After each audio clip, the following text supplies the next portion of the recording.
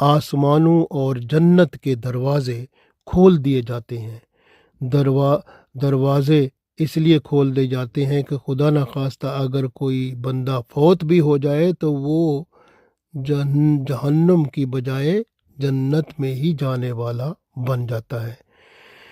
روزہ دار کے منہ سے نکلی ہوئی بو جو ہے وہ اللہ کو بہت محبوب ہے، اور وہ بو اگر روزہ دار بندہ جہنم کے قریب جائے نا تو جہنم جو ہے اس بندے کے منہ سے نکلنے والی جو بو ہوتی ہے اس سے ڈرتی ہے دوزخ، کیونکہ اس کی آگ اس سے بجھتی ہے۔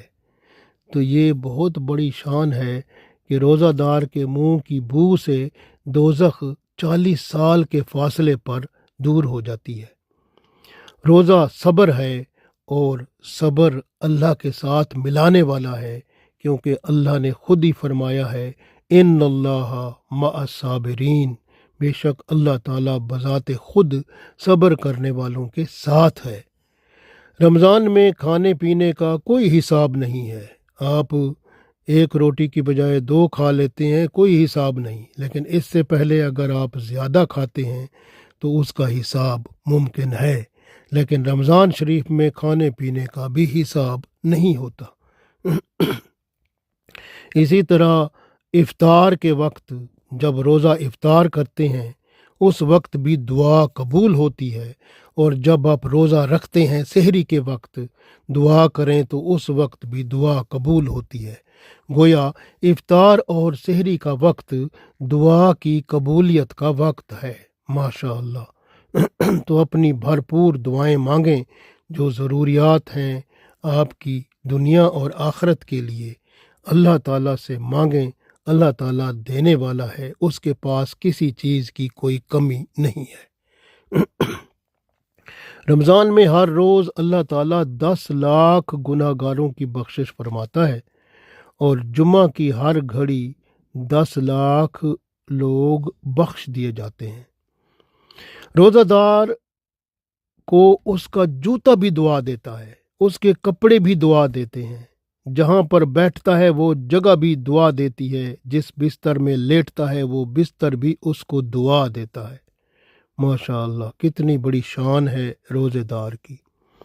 روزہ پچھلے تمام گناہوں کا کفارہ ہے، اور قرآن اور رمضان یہ اسی رمضان میں روزہ رکھنے والے کے لیے ماشاء اللہ اللہ کے ہاں سفارشی بن جاتے ہیں۔ رحمت لانے والے جو اعمال ہیں، کیونکہ پہلا عشرہ باعث رحمت ہے، تو آپ رحمت لانے والے اعمال ضرور کریں۔ رحمت لانے والے اعمال کون سے ہیں؟ ذکر الہی کی کثرت کریں، نماز 5 وقت پڑھیں، روزہ رکھیں، ماں باپ کی فرما برداری کریں، اور اگر غسل کریں تو یعنی اگر آپ بیوی سے ملتے ہیں تو فوراً غسل کریں، غسل جنابت میں جلدی کریں تاکہ آپ زیادہ دیر پلیت نہ رہ سکیں۔ حج اور عمرہ جو ہے وہ اس کے لیے دعا کریں۔ اگر کوئی عمرہ کے لیے رمضان میں جانا چاہتا ہے، اللہ تعالیٰ اس کو قبول کرے تو بڑی شان ہے اس کی، اور نہیں تو آپ حج عمرہ کی دعا بھی کر سکتے ہیں۔ رشتہ دار جو ہیں ان سے صلح رحمی کریں، اور جو کمزور یا غریب رشتہ دار ہیں ان کی مدد کریں، صدقہ خیرات کریں، کیونکہ صدقے خیرات کا ثواب ایک کے بجائے 70 نہیں، یہاں تو اب لاکھوں میں چلا جاتا ہے۔ رمضان شریف کی تو شان ہی اور ہے۔ امر بالمعروف اور نہی عن المنکر پر عمل کریں، یعنی جو نیکی کی بات ہے اس پر خود عمل کریں، پھر دوسروں کو اس پر عمل کرنے کے لیے کہیں، اور اسی طرح برائی سے خود رکیں اور دوسروں کو برائیوں سے روکنے والے بن جائیں۔ اسی طرح حسن اخلاق سے پیش آئیں، غصہ نہ کریں، نہ چڑھائیں کسی کو، نہ کسی پر مذاق کریں، اور ادب اور احترام کے ساتھ پیش آئیں، کسی کی ہوٹنگ نہ کریں، کسی کی دل آزاری نہ کریں، کسی کی غیبت چغلی بہتان نہ کریں، کسی کے ساتھ برا نہ بولیں، گالی نہ دیں، کسی کو تنگ نہ کریں، کسی کے ساتھ اگر آپ کا معاملہ ہے تو اس میں نرمی اختیار کریں، اللہ کا خوف دل میں رکھیں۔ اگر خوف رکھنے سے آنسو آ جائیں تو حدیث میں آتا ہے جو بندہ اللہ کے ڈر سے رو پڑا وہ جہنم سے آزاد ہو گیا۔ ماشاءاللہ۔